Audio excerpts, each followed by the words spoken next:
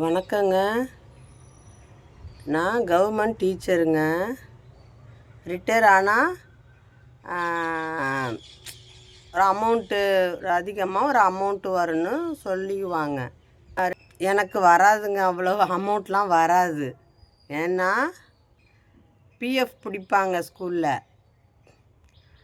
அதிலிருந்து நான் அடிக்கடி லோன் போட்டு ஸ்கூல் பசங்களுக்கு செஞ்சிகிட்ருக்கேன்.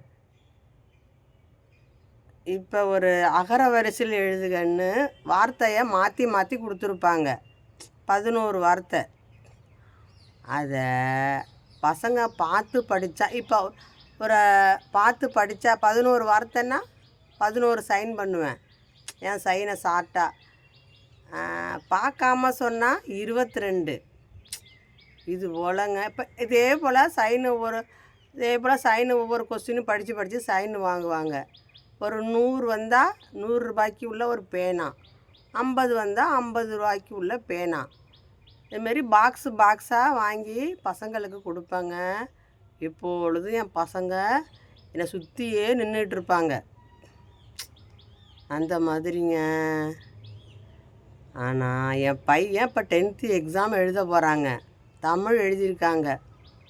என் பையன் ஏன் கூட இல்லைங்க, எனக்கு டவுனு பிடிக்கலம்மா அப்படின்ட்டு, டிராஃபிக்காக இருக்குது வாசலுக்கு வந்தாலே, நான் அம்மாச்சி வீட்டுக்கு போகிறேன்னு. எங்கள் அம்மா வீடு கொஞ்சம் வயல் பக்கங்க, கொஞ்சம் தூரம் நடந்து போகிற தூரம்தான், வயல் பக்கம். அங்கே இருக்காங்க. நம்ம எல்லா பிள்ளைங்களுக்கும் என்கரேஜ் பண்ணுறோமே,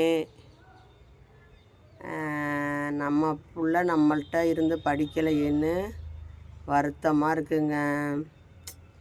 இப்போ யாராவது மார்க் கேட்டாங்கன்னா, 10th முடிஞ்சு 10th ரிசல்ட் வந்து மார்க் கேட்டாங்கன்னா சொல்கிற அளவுக்கு எனக்கு இருக்காதுங்கன்னு நினைக்கிறேன்.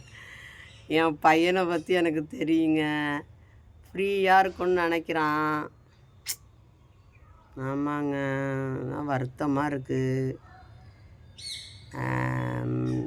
ஒரு பையன் சோசியல் சயின்ஸில் போன வருஷம் 100க்கு 100ன்னு சொன்னாங்க.